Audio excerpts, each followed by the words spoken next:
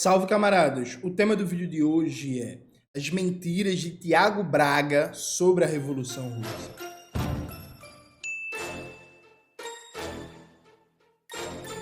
Antes de começar propriamente o tema do vídeo do canal, quero muito agradecer a você que ajuda a manter e melhorar nosso canal a partir do Apoia-se. Seu apoio é fundamental para a gente continuar o nosso trabalho. Se preferir, o Pix está aparecendo aqui como QR Code na tela do vídeo. Note, um liberal reaça safado, ceboso, chamado Tiago Braga, que é dono de dois canais, Brasão de Armas e Império AD. Ele recentemente aí entrou numa treta com Gustavo Gaio Fátio, né? E aí parece que por vingancinha ele começou... eu digo parece porque eu não acompanho, enfim. Nem sabia quem era até o Gustavo bater nele. Bater no sentido metafórico, né, gente? No debate. E aí ele lançou um vídeo sobre a Revolução Russa. E aí, veja, gente, esse vídeo é cheio de mentiras, é cheio de distorções, é cheio de falácias. Eu quero mostrar para vocês como desmontar esse tipo de conteúdo. Só que eu não vou fazer reagindo ao vídeo inteiro, porque o vídeo do cara tem praticamente 1 hora. E aí, se eu fosse fazer uma reação completa, enfim, meu vídeo ficaria com 2 horas e meia e por aí vai. Aliado a isso, eu acho que é muito mais importante explicitar o método que esses caras usam para mentir, né? Então, o que é que eu vou fazer? Eu vou explicar para vocês o método de mentira do Tiago Braga.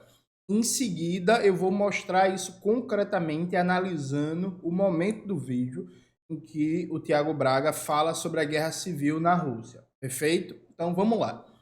Veja, a modernidade burguesa, ela substitui a autoridade religiosa do padre ou do pastor pela do especialista, pela do cientista, né? Então, há um certo consenso social que algumas pessoas são preparadas, especializadas para falar sobre determinados temas. Então, quando você tem uma reportagem, por exemplo, na televisão, e que tem algum tema da economia, você chama um professor de economia, algum tema da saúde, você chama um médico, algum tema do direito, você chama um advogado, aquela posição do especialista. A gente é ensinado desde cedo a dar credibilidade à posição daquela figura, não só pelo conteúdo do que ele fala, não só pelo que ele diz, mas por quem é. É um especialista, é alguém que estudou, é um doutor, é um professor universitário. Ou seja, quem anuncia o discurso tem tanto peso, às vezes até mais, do que o discurso em si. Dado que na divisão social do trabalho no capitalismo, algumas pessoas são preparadas para assumir o papel de especialista em várias áreas do saber científico e do conhecimento prático, né? A direita brasileira, durante os anos 90, ela ficou muito na posição de defender o pensamento conservador basicamente a partir da mídia burguesa.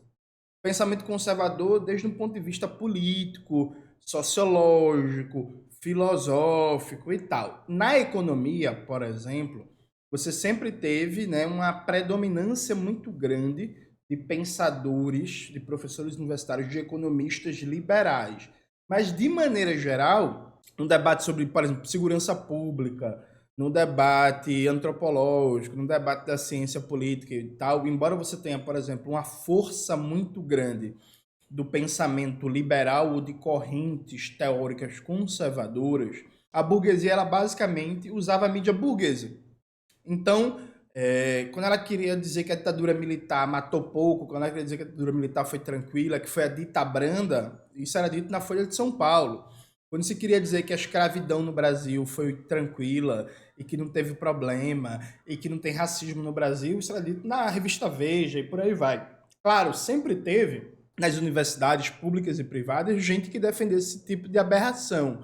Só que, até como um elemento do ethos do espaço acadêmico, sempre foram minorias de minorias.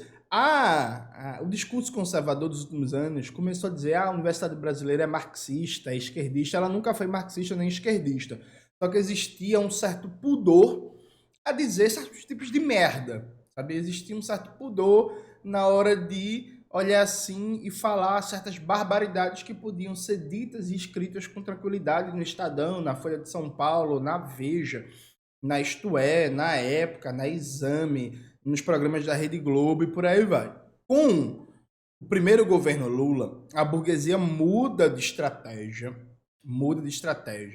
e passa a investir cada vez mais numa disputa político-ideológica dentro das universidades e na formação de intelectuais, de ideólogos, para além do espaço da mídia comercial.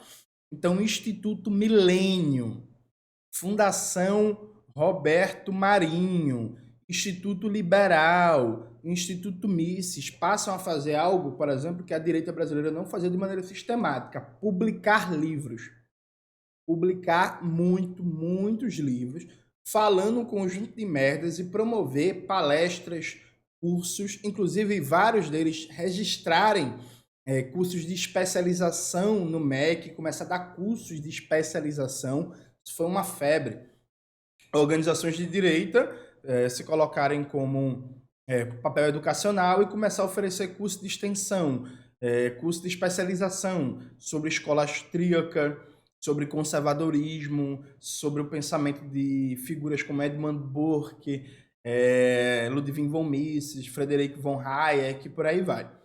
E aí, essa produção teórica mais direcionada, mais focada para além do que estava circulando na grande mídia, acabou criando uma lógica de discurso do especialista da extrema-direita, que é: você tem um discurso conservador reacionário, é você, para dar um ar de seriedade e cientificidade à sua abordagem, você decide falar sobre um tema e você vai sair citando 7, 8, 9, 10 pensadores ou pensadoras que são professores universitários, que são de alguma instituição acadêmica, que são doutores, que são professores titulares. E aí você não argumenta, você não fundamenta a sua abordagem, você apela para a autoridade do especialista, né? Então você monta um roteirozinho, por exemplo, de um vídeo. Foi isso que o Tiago Braga fez. Você monta um roteiro de um vídeo com uma série de barbaridades. Você, para cada barbaridade, procura uma citação de um professor de alguma universidade. E aí você não debate o conteúdo em si da citação. Você toma a citação como uma verdade que está corroborando seu discurso. Então perceba, quando eu recorro a uma citação, não basta só eu citar para dizer que algo é verdade ou está correto. Eu preciso também explicar, justificar aquela citação. Então, recentemente no meu canal eu lancei um livro, Clóvis Moura e Gilberto Freire, que na hora que eu estou debatendo por que Clóvis Moura considera que Gilberto Freire idealizou e romantizou a escravidão brasileira, embora sem detalhar todo o argumento de Clóvis Moura, porque o vídeo é curto e eu chamo vocês para lerem um livro, eu falo 2 argumentos que Clóvis usa. Então, Clóvis diz que Gilberto Freire pega a escravidão doméstica e toma como se fosse a totalidade da escravidão no Brasil. E desconsidera, na hora de fazer uma análise, por exemplo, de que a escravidão brasileira não foi tão dura e tal, o tempo de expectativa de vida médio de uma pessoa escravizada, que era de 7 anos. Então, se as pessoas morriam, em média, 7 anos depois que chegavam ao Brasil, não dá para chamar isso de brando. Ou seja, eu não só citei Clóvis, eu meio que tentei resumir o argumento e justificar porque o argumento dele está correto, percebe? Só que a extrema-direita, ela aprendeu muito bem, e quem difundiu isso no Brasil foi Olavo de Carvalho, como parecer um discurso científico. Então, Olavo de Carvalho, por exemplo, que lia, era um cara que lia, atenção, gente, era um cara que lia muito professor conservador nos Estados Unidos, tem bastante. E aí Olavo de Carvalho estava assim, mas no Brasil ninguém conhece nada, ninguém lê nada, ninguém estuda nada. Aí começava a citar o nome de pensadores conservadores de uma universidade dos Estados Unidos, de uma universidade de Nova Jersey, de uma universidade do Texas, de uma universidade do Novo México. A maioria de nós nunca ouviu falar desses professores e aí isso dava um ar de tipo assim, caralho, tem vários especialistas aqui, tem vários doutores, tem vários sábios, né, que estão dizendo uma coisa e que estão escondendo da gente, o mainstream esconde da gente. Então isso pegou muitas pessoas. O Brasil Paralelo, em seguida, adotou o mesmo modelo. Então, o Brasil Paralelo ele faz o documentário, ele chama professores, jornalistas, autores de livros e tal, e aí bota em sequência, né, para corroborar uma narrativa, e é isso, é o discurso do especialista. E aí, veja, quando você faz isso, você consegue provar qualquer porcaria. Então, por exemplo, se vocês entrarem hoje no site da Bibliex, que é a Biblioteca do Exército, tem uma porrada de livros de doutores, de mestres, dizendo, garantindo para você que o PT é sim um partido comunista. E aí você constrói o seu discurso para provar que o PT é comunista. Para cada argumento, você cita um cara, você fala, não, porque segundo o professor Chiboquinha não sei das quantas. Não, porque segundo o especialista, Doquinha da Barraca, não sei das quantas, professor, doutor da Universidade X. E aí você sai citando uma série de coisas, amarra mais ou menos do ponto de vista lógico e pronto, você provou o negócio. Isso também serve para um trato não científico com documentos. Porque, por exemplo, se eu pegar o documento e pressupor que o documento em si significa a verdade, não dar nenhum trato teórico, não fazer nenhum debate, nenhuma pesquisa com o documento, eu inclusive expliquei isso num vídeo recente do canal em que eu falo sobre João Carvalho e o método científico, no debate de João Carvalho sobre o método científico. Se você pegar o documento em si e tratar ele como uma verdade ali revelada, você também consegue provar qualquer coisa. Então, por exemplo, Brizola era comunista? Não, nunca foi. Mas tem uma porrada de documentos de serviços de inteligência dos Estados Unidos, de embaixador dos Estados Unidos no pré-golpe em 1964, de relatórios para a Comissão de Inteligência do Congresso dos Estados Unidos, chamando Brizola de comunista. Aí eu posso muito bem pegar 3, 4 autores, todos doutores, professores universitários e tal, dizer que, eles afirmam que Brizola era comunista, pegar documentos da CIA, da Embaixada dos Estados Unidos, colocando Brizola como comunista e pronto, eu provei que Brizola era comunista. Então veja, o debate histórico, a ciência da história não é assim. Para você citar um autor ou autora, você tem que justificar a pertinência daquela análise. Você tem que localizar ele num debate historiográfico. Você tem que fazer, inclusive, questionamentos ao autor, à autora que você está citando. E você tem que, inclusive, perceber quando você está fazendo uma citação que contribui para a pesquisa e quando você está meramente se valendo de discurso de autoridade. Percebe? Então é muito importante, não se impressionem na hora que vocês verem uma palestra, uma aula, um vídeo, citou vários autores. Não, porque, gente, tem autor conservador, reacionário, fascistóide, delirante para tudo. A gente ria quando Olavo de Carvalho, por exemplo, dizia que Obama era um infiltrado muçulmano na presidência dos Estados Unidos. Mas Olavo de Carvalho citava vários livros de professores universitários que diziam isso, né? Sabe? Tipo, assim como todo mundo riu, achou engraçado numa época que teve uma treta entre o Pirula e o Olavo de Carvalho, porque o Olavo de Carvalho falou que a Pepsi usava fetos abortados como matéria-prima para fabricar adoçantes. O Olavo também usava livros, doutores, mestres e tal. E na sua universidade, pública ou privada, você conhece, com certeza, algum doutor, algum mestre, algum especialista que só fala bosta, que não acredita em vacina, que acha que a Terra é redonda, que diz que na época da ditadura militar ninguém era preso, que isso era mentira, E por aí vai. Eu, inclusive, na UFPE, conheci um professor de filosofia, que era doutor, professor titular. Eu não vou falar o nome dele, que ele já me ameaçou de processar umas 2 vezes, mas, enfim, na UFPE, professor titular e tal, que era um desses reacionários que dizia que na ditadura empresarial militar não houve perseguição nenhuma política, não. Houve, sim, perseguição aos terroristas. Então, todo mundo que era terrorista foi reprimido, mas que não houve censura, não houve repressão política. O cara é doutor, pô. O cara é professor universitário. Aí imagina, eu consigo juntar 5 figuras com o mesmo pensamento, digo assim, não, na ditadura não existia repressão, não existia censura, só era reprimido quem era terrorista, quem praticava atos de violência, quem assaltava banco, quem colocava bomba nos lugares, e aí, segundo os professores, doutores, e aí cito 4, pego algum parágrafo que referenda a minha posição, e aí pronto. Então, o que o Tiago Braga faz é isso.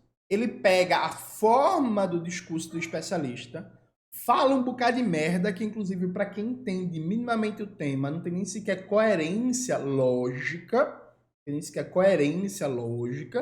e a partir daí ele constrói o discurso dele. E aí vamos mostrar isso. Vou deixar isso explicitado para vocês no debate que ele faz sobre guerra civil. Vamos aqui colocar no ponto sobre guerra civil. Reparem os gaps lógicos e esse apelo para o discurso do especialista. Vamos lá. Emancipar os trabalhadores dando um golpe de Estado. Eles querem destruir todas as instituições democráticas e sociais existentes. E aí, quando estourar a guerra, eles dizem que a culpa vai ser da sociedade opressora que vai reagir a essa destruição. Tipo, se alguém te assaltar e você acabar reagindo e levando um tiro na cara, a culpa não é do bandido, é sua porque você que reagiu. Foi isso que aconteceu lá com o golpe de Estado soviético pelos bolcheviques em outubro de 1917. Os demais partidos e as instituições reagiram àquele atentado e a guerra civil estourou. Olha aqui o que a professora Fitzpatrick diz no seu livro. Repara, os demais partidos e instituições reagiram àquele atentado e a guerra estourou. E aí, qual é a grande malícia? A guerra civil russa, ela foi um processo que a gente chama de guerra civil por uma convenção historiográfica, foi assim que passou a história, né? Então acaba que todo mundo meio que usa, é tipo, o falar de República Velha. O termo em si é problemático, porque quem criou o termo República Velha foi a propaganda do Estado Novo. Então o termo República Velha não é nem um termo científico. Mas aí na historiografia brasileira isso passou a história, isso virou tradição e todo mundo usa.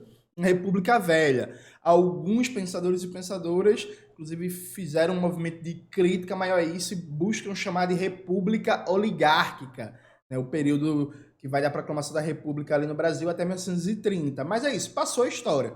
Então passou a história como guerra civil, mas na verdade a guerra civil não foi nenhuma guerra civil, foi muito mais um conflito internacional, já que a Rússia foi invadida por mais de 13 países, uma coalizão formada por uma porrada de países, sabe, que decidiu invadir a Rússia pós-revolução bolchevique como forma de combater a revolução, acabar com a revolução e a experiência do primeiro governo socialista da história, tentando preservar o capitalismo no plano global e anular a influência, o impacto da Revolução Russa na classe trabalhadora dos seus próprios países. Então, por exemplo, olha o gap lógico que o Tiago Braga faz. Gente, os Estados Unidos participou da guerra civil na Rússia. Os Estados Unidos mandou armas, mandou munição, mandou homens para lutar na Rússia. Meu irmão, o que é que os Estados Unidos, do outro lado do mundo, tinha a ver com a guerra civil na Rússia? Um compromisso político e ideológico de manutenção do capitalismo. A Inglaterra participou da guerra civil na Rússia, sabe? Então, Estados Unidos, Inglaterra, França, Bélgica, uma caralhada de países formaram uma coalizão para invadir a Rússia soviética, percebe? Só que aí, qual é a ideia do Tiago Braga? Ele tira isso de cena Porque se ele tivesse colocado isso de cena, ele teria que explicar. Então, vem cá, por exemplo. Então, quer dizer que a Inglaterra, vamos pegar o exemplo da Inglaterra. A Inglaterra invadiu a Rússia porque os bolcheviques deram um golpe, é isso, né? Os bolcheviques deram um golpe. A Inglaterra invadiu a Rússia defendendo as instituições, foi isso mesmo, mas a Inglaterra colonizava a Irlanda no momento que ela estava invadindo a Rússia. A Inglaterra colonizava a Índia. A Inglaterra tinha colônias em África, e nas colônias não tinha Estado de Direito, não tinha democracia, não tinha liberdades, era repressão, extermínio, pau comendo. Aí quer dizer que a França, que colonizava a Indochina, praticando os maiores níveis de barbaridade que você imaginar, que colonizava o Maghreb, ali o norte da África, também praticando todas as barbaridades que você quiser imaginar. Os Estados Unidos, que além da política neocolonial na América Latina, tinha internamente no sul do país um regime racista, de segregação racial. Aí os Estados Unidos, a Inglaterra e a França, só para ficar nesses 3 exemplos, invadiram a Rússia preocupados com a democracia e com as instituições, foi? Eles invadiram a Rússia porque os bolcheviques eram violentos, eles eram contra a violência? É óbvio que não, ninguém acredita nisso, né? Só que aí veja o pulo lógico que ele dá. Ele afirma que os bolcheviques queriam a guerra civil, e aí já fizeram a revolução, que eles chamam de golpe de Estado, esperando a guerra civil. Não explica quantos países participaram da coalizão internacional para derrubar os bolcheviques. Não explicava quem era o Exército Branco, qual era a composição social do Exército Branco que operou a contra-revolução na Guerra Civil Russa, o que queriam, qual era o programa político do Exército Branco. Não explica, inclusive, quem financiava o Exército Branco. Ele, por exemplo, não fala que boa parte dos generais latifundiários, membros da nobreza que se juntou ao Exército Branco, por exemplo, queria a restauração do czarismo. Inclusive, vários deles eram restauracionistas completos e queriam não só a restauração do czarismo, como queriam também a restauração da servidão, que tinha sido formalmente abolida há algumas poucas décadas na Rússia.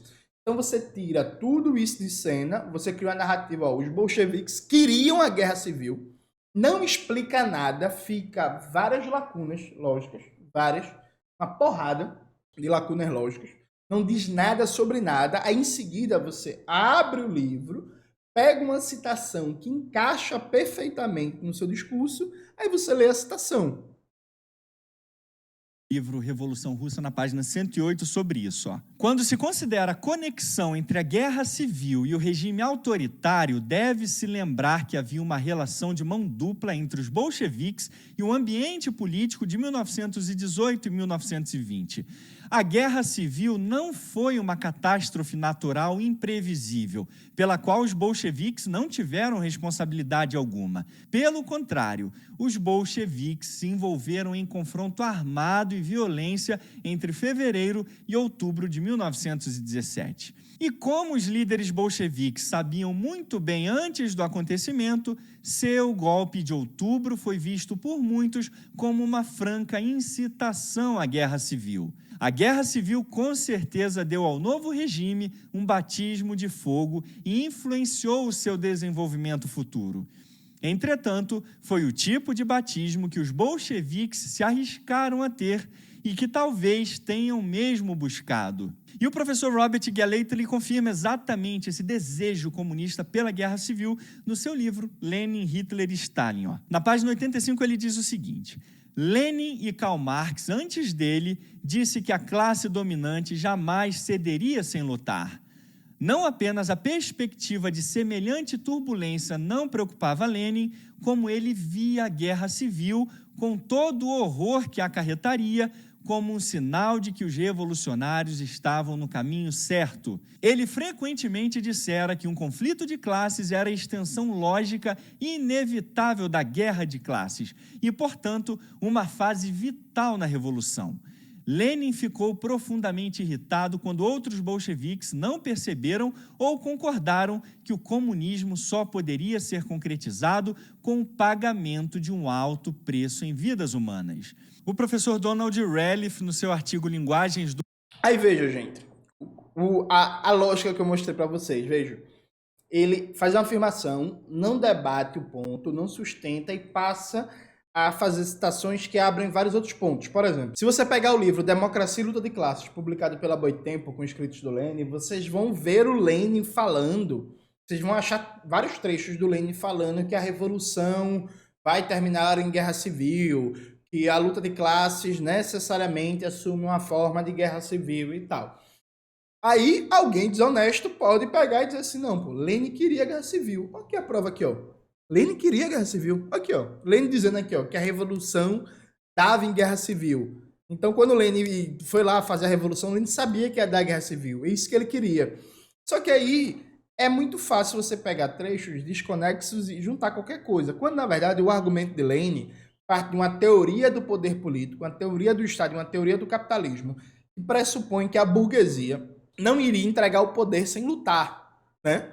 E que necessariamente, por mais que os trabalhadores e trabalhadoras, a maioria da sociedade, tomasse uma posição contra o capitalismo, a minoria da classe dominante, num país em particular e também desde uma perspectiva global, iria reagir com violência. A gente precisava se preparar para essa violência. Então, Lenin, por exemplo, citou muito durante o processo de 1917 o exemplo da Comuna de Paris. O que foi a Comuna de Paris?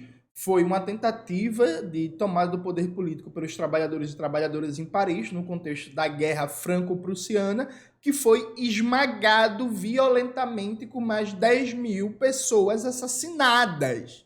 A sangue frio, mulheres, idosos, crianças e tal. A galera foi fuzilada pelas forças do exército contra-revolucionário francês em parceria com o governo prussiano, né? Então, assim, a experiência histórica, não só da Comuna de Paris, a gente pode até apelar para a revolta de Espartacus, para as guerras camponesas de Thomas Mussy, para o próprio Terminador francês, né? E o processo de extermínio da radicalização jacobina na Revolução Francesa, para o processo de restauração na Revolução Gloriosa e a violência e o extermínio contra os niveladores. Enfim, a gente pode dar vários exemplos em que uma classe, que era então a classe econômica e politicamente privilegiada, não perde o seu poder sem lutar e sem fazer derramamento de sangue. Aí você pega essa citação, você encaixa no seu argumento e aí, eita, provei.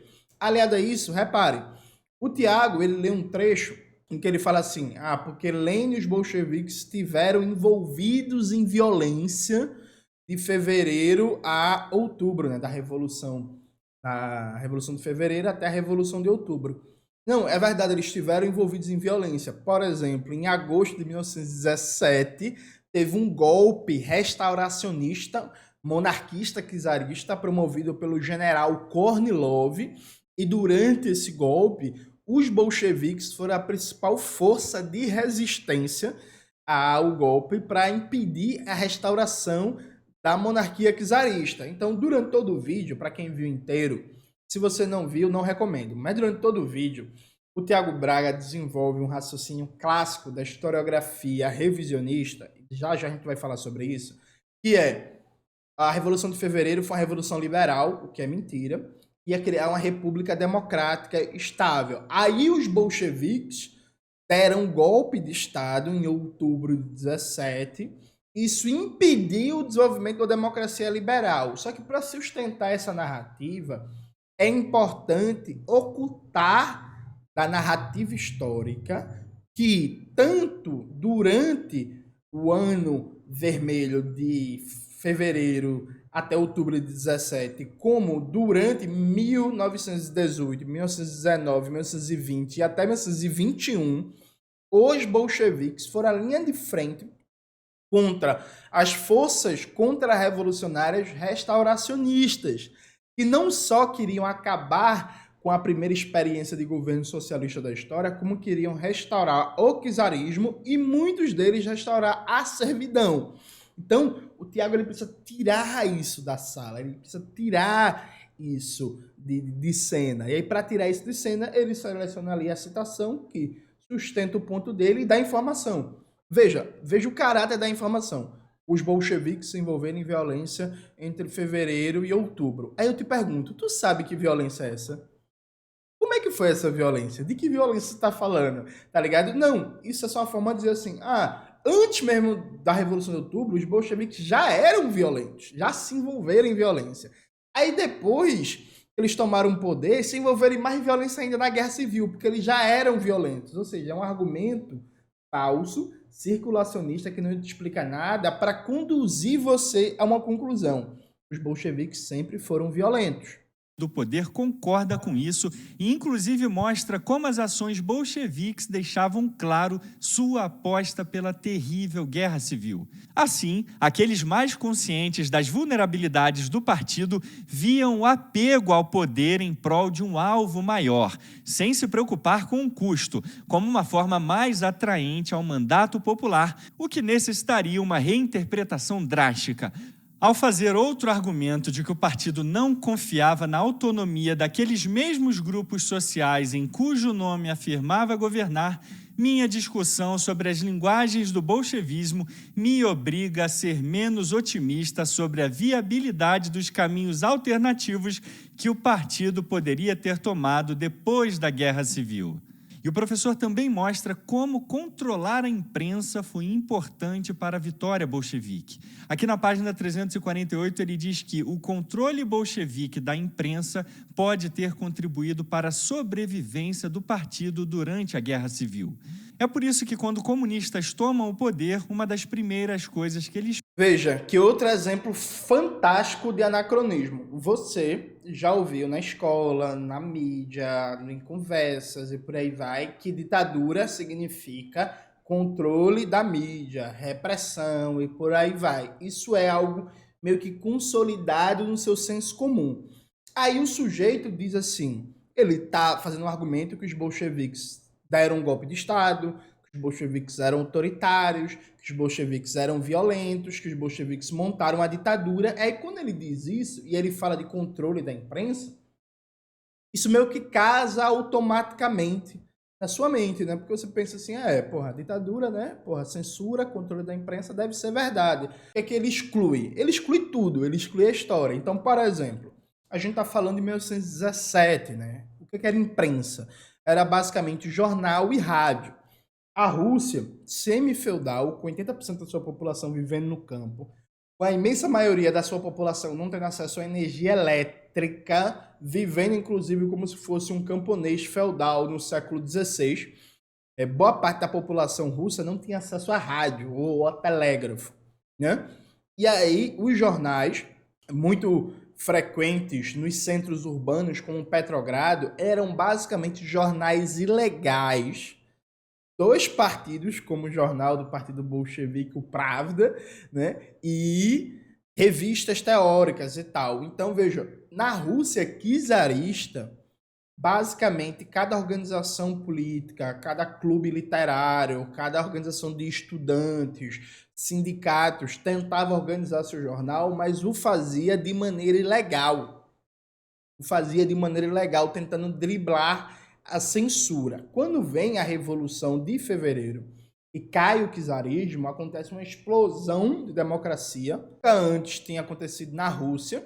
Os sindicatos passam a funcionar legalmente, abertamente, as organizações políticas pipocam vários jornais, várias publicações e tal.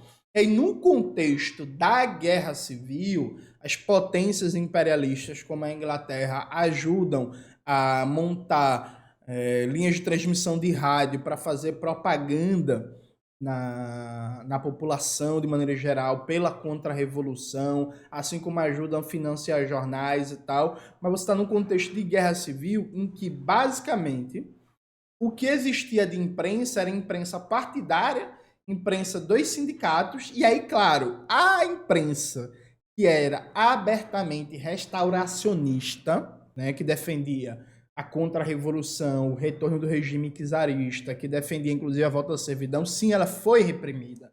Só que aí não é, porque essa é uma das coisas do anacronismo. Porque quando a gente pensa em imprensa hoje, o que é que a gente pensa? A gente pensa em jornal, a gente pensa em podcast, a gente pensa em televisão, a gente pensa em rádio, a gente pensa em portais de notícia.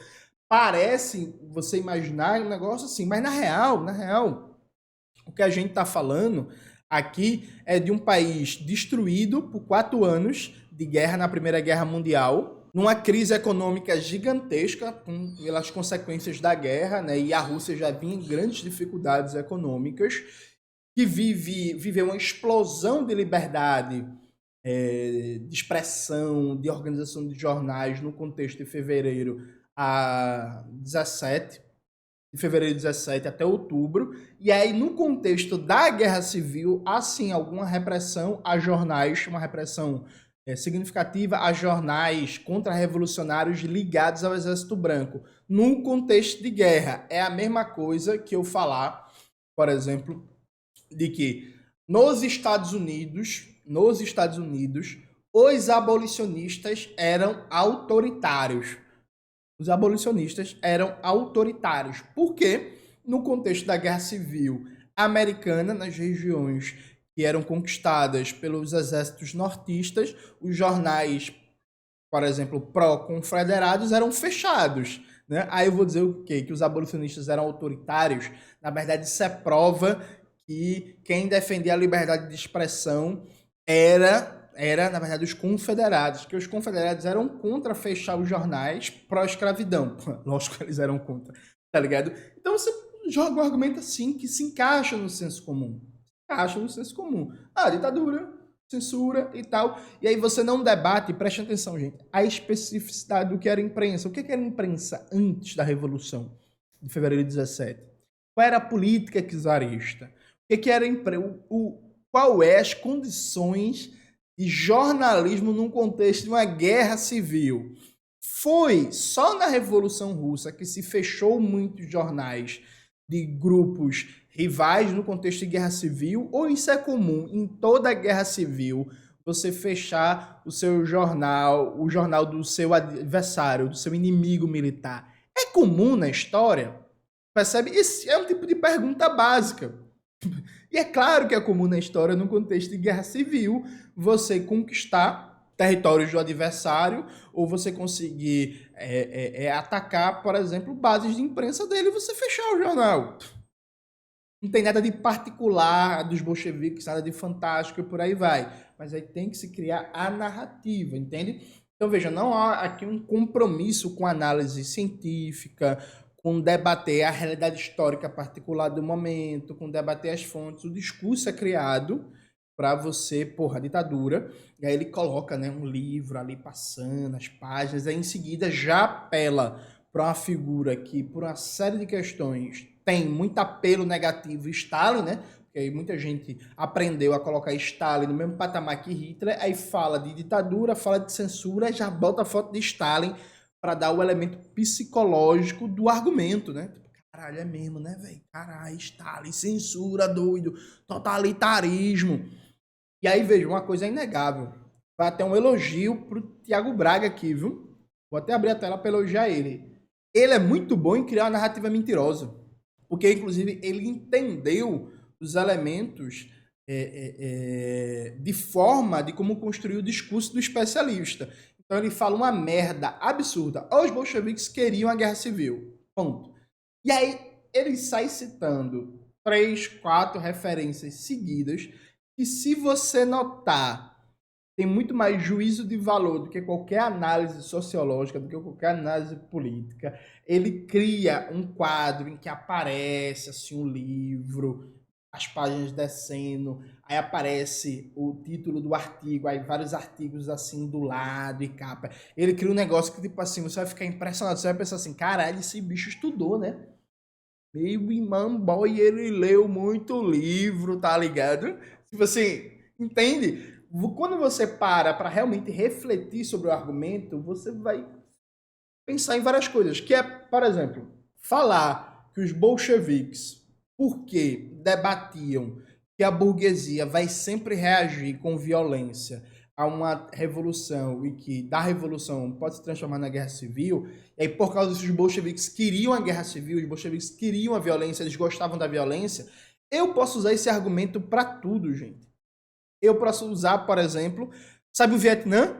Eu posso pegar os escritos de Ho Chi Minh, dos anos 20, dos anos 30, Ho Chi Minh líder, né, da resistência vietnamita, e posso dizer assim, na verdade, a guerra do Vietnã não foi culpa dos Estados Unidos, né, nem da França, foi culpa dos comunistas do Vietnã, porque eles sempre quiseram a guerra. Eles sabiam que a guerra viria e eles queriam muito a guerra, porque só com a guerra eles poderiam dominar o povo do Vietnã. Aqui a prova.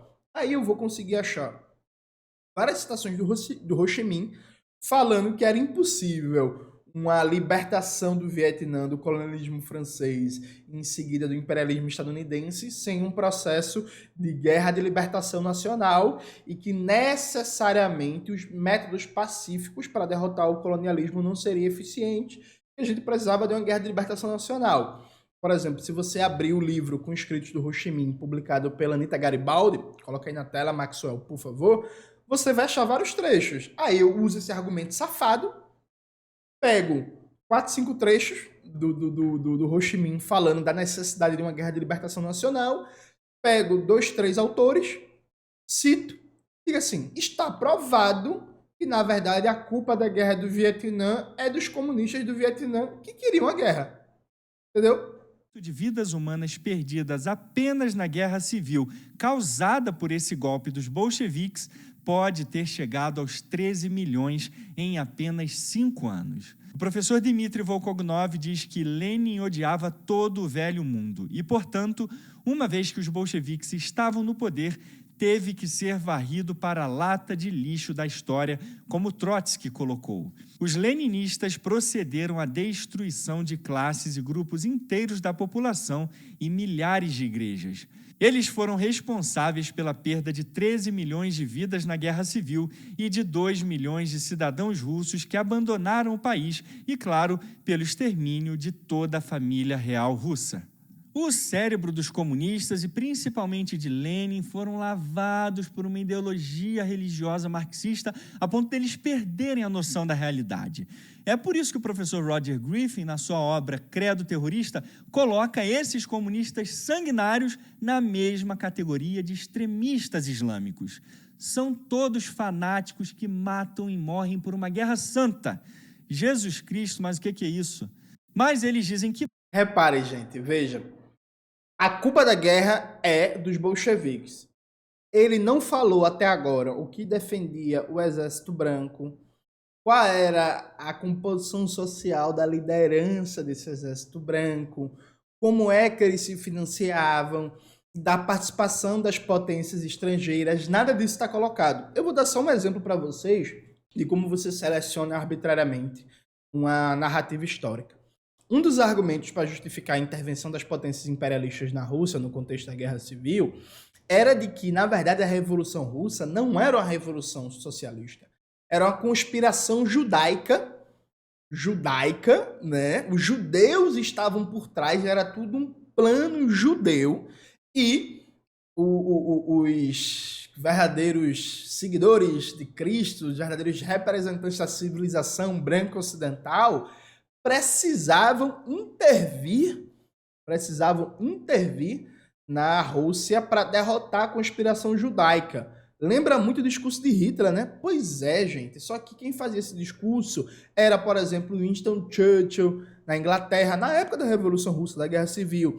Era, por exemplo, Henry Ford e boa parte de senadores políticos importantes nos Estados Unidos. Era uma parte importantíssima do estabelecimento francês, holandês, belga e por aí vai. Tem um autor que não é marxista, Timothy Snyder, no livro Terra Negra. Bota aí na tela, Maxwell, por favor. O cara que não é marxista, ele coloca no livro os discursos antissemitas que circulavam no chamado Ocidente antes da ascensão do nazismo. E ele faz um debate aberto com, bicho, o antissemitismo era muito forte na Inglaterra, era muito forte nos Estados Unidos, era muito forte em toda a Europa Ocidental, e ele foi usado como justificativa também para apoiar o Exército Branco no contexto da Guerra Civil Russa, né? E aí, o Timothy, inclusive, embora ele não debata tanto isso nesse livro, porque não é bem que a prioridade dele, mas, por exemplo, uma das coisas que fez com que, sim, boa parte do povo judeu apoiasse os bolcheviques no contexto da Revolução de 17 e da Guerra Civil era que o czarismo russo tinha um projeto antissemita aberto. Né? Havia um antissemitismo aberto na Rússia czarista. Inclusive, aqueles que querem embelezar o que era o czarismo, é engraçado, né? Porque fazem isso meio que dizendo assim que o czarismo não era tão ruim, porque depois Hitler era igual a Stalin, mas tipo, o regime czarista era um regime abertamente antissemita. Perfeito. E aí, durante o contexto da Revolução de Outubro e da Guerra Civil, o Exército Branco ele estimulou muito o antissemitismo como elemento de divisão dentro das forças revolucionárias, de tentar, por exemplo, desacreditar Trotsky, que era de origem judaica, e outras lideranças. Lenin, num povo majoritariamente analfabeto, gravou um discurso falando contra o antissemitismo, explicando a função do antissemitismo como um elemento de divisão do povo russo, de elemento de barbárie e de enfraquecer a revolução para as massas camponesas do país e a classe trabalhadora urbana também não caírem no discurso, no papo, na ideologia antissemita. Então, veja, quando você exclui dados básicos, veja, gente, nada disso que eu estou falando super difícil de saber, uma informação muito nova. Isso é um dado básico da história da Revolução Russa e da Guerra Civil, tá ligado? Dado básico. O elemento do discurso antissemita como forma de combater a Revolução Bolchevique, de justificar a intervenção de potências estrangeiras. Quando você exclui isso, fica muito mais fácil você montar o seu discurso, porque, veja, o Tiago passa o vídeo inteiro comparando Lenin, Hitler, Stalin, Lenin, Hitler, Stalin, Lenin, Hitler, Stalin, Lenin, Hitler, Stalin. O que é que o nosso senso comum traz à baila? Toda vez que a gente fala de Hitler, a gente pensa antissemitismo. Perfeito? Perfeito. É isso. Antissemitismo é uma das primeiras coisas que vem à nossa cabeça. Hitler odiava judeu. Se for dada a informação para você de que a Revolução Russa teve apoio majoritariamente do povo judeu, porque tinha um compromisso com o enfrentamento ao antissemitismo.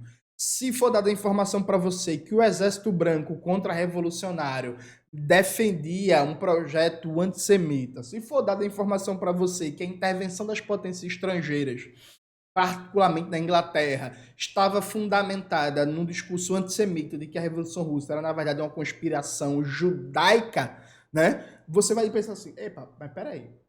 Opa, então, peraí, essa comparação aí dos bolcheviques com os nazistas tem algum problema, né? Porque, porra, os nazistas, eles eram antissemitas, né? E aí, no caso, os bolcheviques, eu tô vendo que a coisa não é bem assim, né? Como é que é isso, assim? Aí você vai se perguntar, você vai ter dúvidas, tá ligado? Só que você não faz isso, você não tem compromisso nenhum com a verdade histórica, fala o negócio, mete a citação, a forma do discurso do especialista. Que matam porque o capitalismo também mata, né? Ou seja, combater fogo com fogo é a solução comunista inteligente para os problemas do mundo.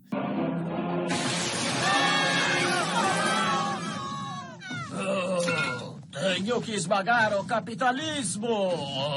Mito 5. Stalin distorceu Lenin e a Revolução. Então, gente, como vocês puderam ver, a partir de vários exemplos, eu mostrei como o Tiago Braga, ele mente, ele distorce, ele não tem compromisso nenhum com a análise histórica séria, ele assume a forma do discurso do especialista. Agora, vale uma consideração de maneira mais geral sobre o conteúdo do livro dele. Embora ele não cite o fundamento da construção ideológica dele sobre a Revolução Russa, é o Robert Conquest. O Robert Conquest, ele teve um papel central na criação de uma historiografia revisionista. O que é uma historiografia? É meio que um acúmulo de visões, de trabalhos, é meio que uma escola, uma forma de abordar o negócio. Esse é um dos significados da palavra historiografia, né? Quando você fala assim, existe uma historiografia X sobre tal tema, você está falando que existe aqui um padrão de análise, um padrão de formas de abordar uma temática, né? Então, tem uma escola historiográfica. O Roberto Conquesta ele é fundador, estimulador de uma escola historiográfica de análise da Revolução Russa, que basicamente ela tem seduções czaristas. Então ela analisa o czarismo como uma bela época, como uma época boa, faz um debate que o czarismo poderia naturalmente evoluir para uma monarquia constitucional, um regime democrático, por aí vai. Embora critique aqui e ali o czarismo, tá ligado? Pensa a Revolução de 17 como um golpe de Estado, diz que a partir da Revolução de Fevereiro a Rússia naturalmente viraria uma república parlamentar, e aí trata os bolcheviques como aqueles que mataram a República Liberal. Veja, gente, e aí disso vem várias coisas, né? Isso vem... disso, por exemplo, embora o Tiago Braga não coloque isso abertamente, há vários historiadores e historiadoras que falam que a intervenção das potências estrangeiras na Guerra Civil da Rússia foi, na verdade, uma defesa da democracia, porque os bolcheviques, com um golpe de Estado, mataram a democracia e a Inglaterra estava ali defendendo a democracia, entende?